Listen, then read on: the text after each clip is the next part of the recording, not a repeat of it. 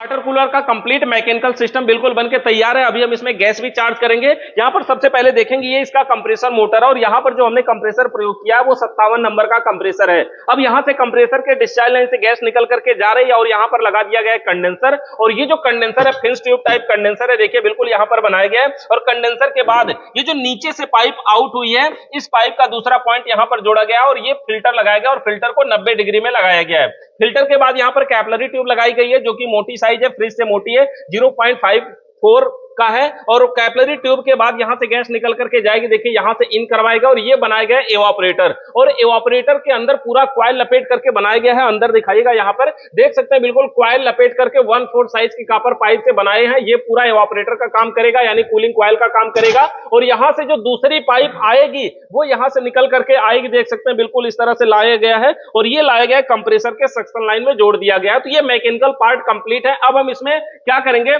कभी हमने इसमें कई जगह वेल्डिंग किया, जैसे यहाँ पे कैपिलरी ट्यूब को वेल्डिंग किया है, यहाँ पर फिल्टर के इनपुट में कैपिलरी जोड़ा है, इधर कंडेंसर को जोड़ा हुआ है, यहाँ डिस्चार्ज लाइन में वेल्डिंग किया है, एनआरबी लगाया हुआ है, यहाँ सक्शन लाइन में वेल्डिंग किया गया। तो कई जगह इसमें पाइप को वेल्डिंग किया गया। अब ये जो वेल्डिंग की गई पाइप है, यहाँ पर लीकेज भी हो सकता है। उसी लीकेज को कंफर्म करने के लिए हम इसमें एक प्रक्रिया अपनाएंगे जिसे हम बोलते हैं प्रेशर चढ़ाना। यानी किसी भी एसी फ्रिज के सिस्टम में अगर आप गैस चार्ज करने जाते हैं तो सबसे पहले एनआरबी लगाना होता है, जो कि इसमें पहले से लगा है। तो हमें क्या करना है, इसमें प्रेशर चढ़ाना है। तो प्रेशर चढ़ाने के लिए हमारे पास इस प्रकार का गेज की आवश्यकता होगी और गेज में 2 पाइपें लगी हुई है, देख सकते हैं ये कंपाउंड गेज है। और गेज में 2 पाइपें, एक गेज का निचला सिरा और एक साइड में सिरा है। जो गेज का निचला सिरा होता है उसे सिस्टम में जोड़ा जाता है। कहीं भी आप प्रेशर चढ़ाने जा रहे हो, एसी में, फ्रिज में, वाटर कूलर, डीप फ्रीजर, कहीं भी, तो गेज का निचला सिरा हमेशा सिस्टम में जोड़ा जाता है। और निचले सिरे का जो पाइप का पॉइंट होता है उसमें ये पिन जरूर होना चाहिए। ये पिन रहेगी तभी एनआरबी पिन को दबाएगी और गैस अंदर जाएगी। यहाँ पर देख सकते हैं नट में लगा करके हम इसको टाइट कर देते हैं।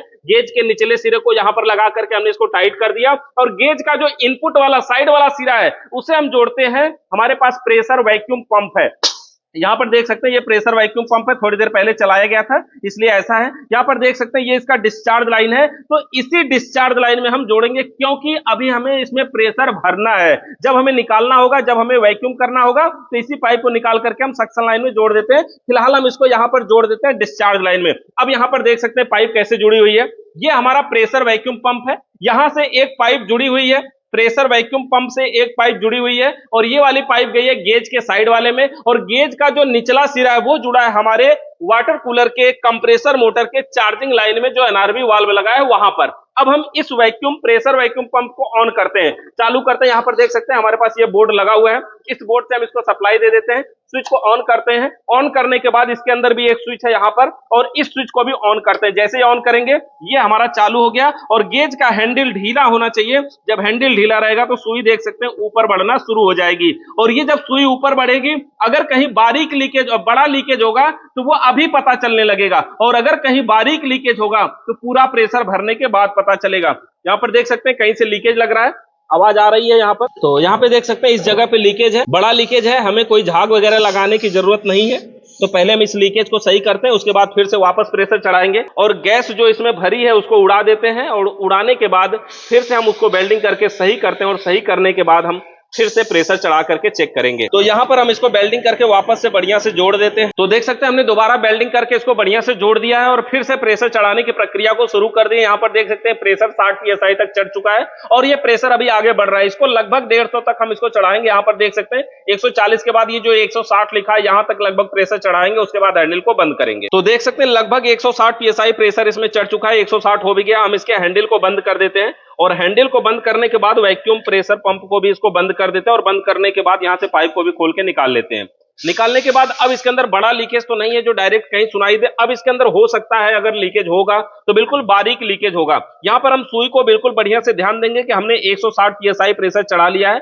अब हम थोड़ी देर इंतजार करेंगे और सुई पे भी बाद में ध्यान देंगे कि कहीं गैस निकल तो नहीं रही है। अगर ये सुई नीचे जाती है तो समझिए सिस्टम में कहीं लीकेज है। अब हम क्या करेंगे, इस तरह से साबुन या शैम्पू का झाग बनाएंगे और जोड़ों पे लीकेज चेक करेंगे। यहाँ पर देख सकते हैं जोड़ों पर, इसको देखिए वेल्डिंग करने के लिए हमें इसको ऊपर किया था, नीचे रख देते हैं इसको वापस से। जोड़ों का हमें लीकेज चेक करना है। तो सबसे पहले जहां जहां हमारे वेल्डिंग है वहां पर इस तरह से देखिए साबुन या शैंपू का झाग लगाएंगे और ऐसे जोड़ को चेक करेंगे। अगर लीकेज होगा तो यहां से बुलबुला निकलेगा, जहां से भी बुलबुला निकले समझिए कि वहां पे लीकेज है। तो सभी जोड़ों को हम इस प्रकार से बढ़िया से टेस्ट कर लेंगे। जहां जहां पे भी हमारे वेल्डिंग है वहां पर सभी जगहों पे हम इसका लीकेज चेक करेंगे। और इसके बाद यहां पर देख सकते हैं जो हमारा एनआरबी लगा है, जो हमारी डिस्चार्ज लाइन है, इन सभी जगहों पे हम लीकेज चेक करेंगे। इस तरह से साबुन या शैंपू का झाग बना करके देखिए यहां पर एवापोरेटर से कैपिलरी जोड़ी गई है, यहां पर भी लीकेज चेक करेंगे। सक्शन लाइन जहां जोड़ी गई है वहां पर भी लीकेज चेक करेंगे। इस प्रकार से सभी जगह पे लीकेज चेक करेंगे और अगर लीकेज नहीं मिलेगा तभी रुकेंगे। लीकेज मिलने पर इसके अंदर जो भरा हुआ प्रेशर है उसे हम वापस उड़ाएंगे और फिर से वेल्डिंग करेंगे, फिर प्रेशर भर के चेक करेंगे। तो इस प्रकार से हमारे सिस्टम में कहीं भी लीकेज नहीं है। तो हम क्या करते हैं, जो प्रेशर भरा है अब हम इसे वापस उड़ा देते हैं और इसका वैक्यूम करेंगे। वैक्यूम करने का मतलब होता है अंदर की नमी को बाहर निकालना। देखिए सबसे पहले हैंडल को हम ढीला करते हैं, जैसे ढीला करेंगे यहां से गैस निकलना शुरू हो जाएगी। और ध्यान देंगे ये बहुत तेज हैंडल खोल करके गैस नहीं उड़ाना है, नहीं तो कभी कभी कंप्रेसर का तेल भी बाहर निकल जाता है और ये जो हमारे रबड़ की पाइप के आगे, ये जो रबड़ का वार्सल लगा होता है चार्जिंग पाइप के आगे, ये भी उड़ जाता है। तो इसलिए इसको बचाने के लिए पकड़े रहें और हैंडल को आराम आराम से खोलें, थोड़ी थोड़ी करके गैस को उड़ने दें। इस प्रकार से देखिए हमारे पूरे सिस्टम की गैस निकल चुकी है। गैस को निकलने के बाद अब हमें पूरे सिस्टम का वैक्यूम करना है। वैक्यूम करने के लिए कुछ नहीं, जो पाइप हम डिस्चार्ज लाइन में जोड़े थे उसी पाइप को वापस हमें अब सक्शन लाइन में इसको जोड़ देना है। यहाँ पर देखिए सक्शन लाइन में जोड़ेंगे, इस तरह से बढ़िया से इसको टाइट कर देंगे। टाइट करने के बाद इसे हमें ऑन करना है, चालू करना है। हम यहां से स्विच को चालू कर देते हैं।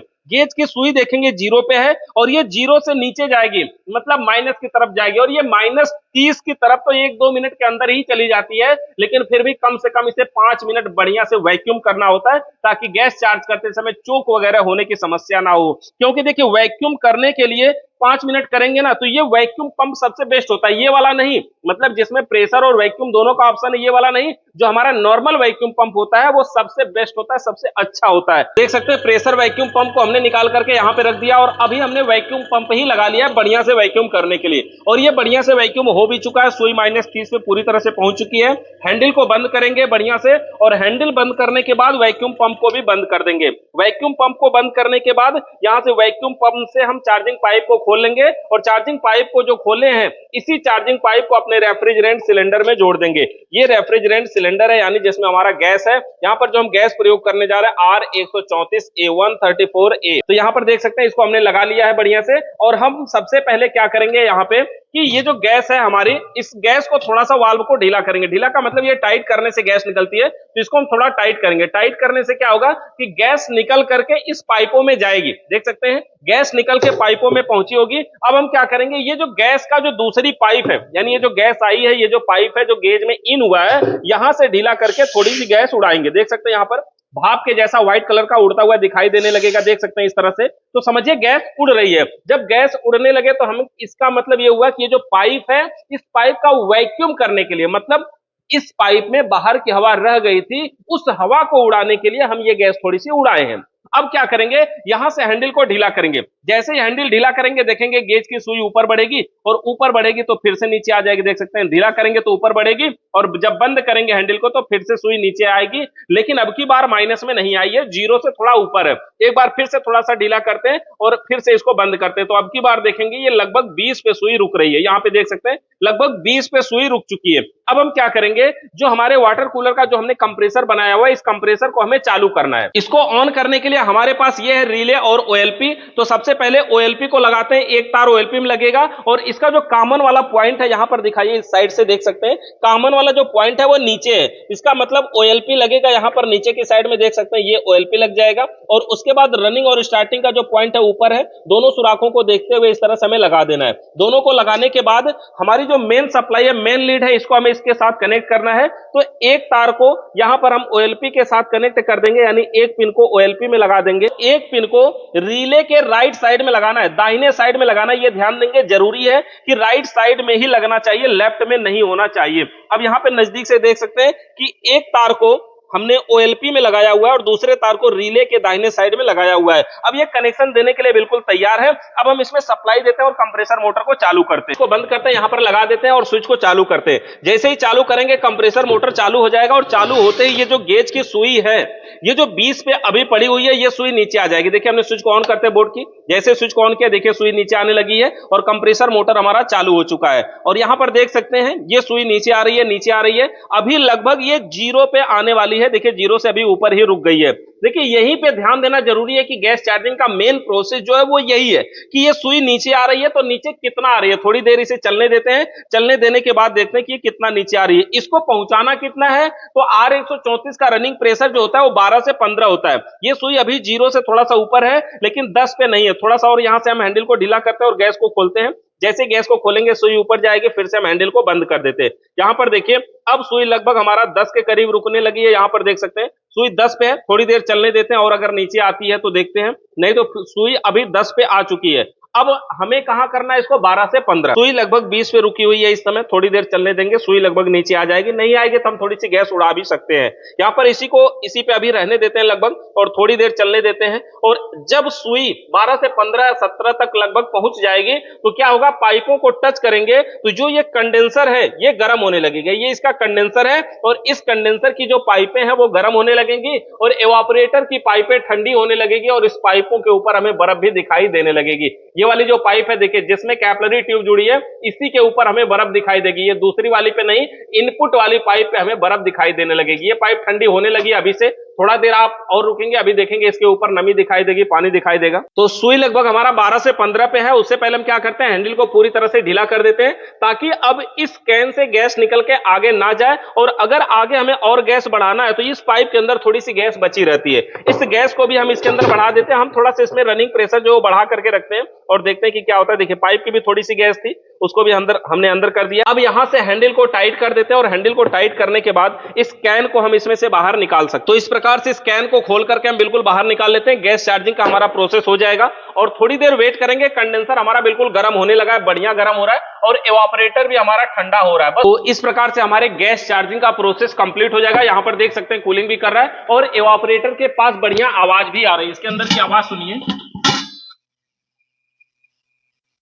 पाइपों के ऊपर देख सकते हैं नमी भी आ गई है और इस तरह से आवाज भी आ रही है, मतलब बढ़िया तरीके से गैस का संचार हो रहा है। और इस प्रकार से हम किसी भी फ्रिज में या वाटर कूलर में, डीप फ्रीजर में गैस चार्ज कर सकते हैं। बस हमारा प्रोसेस सब कुछ सेम होना चाहिए और जो गैस है उसका रनिंग प्रेशर आना चाहिए। तो इस प्रकार से हम गैस चार्ज कर सकते हैं। इससे रिलेटेड आपका कोई सवाल या सुझाव है तो कमेंट करके बताइए। वीडियो देखने के लिए आप सभी का बहुत बहुत धन्यवाद।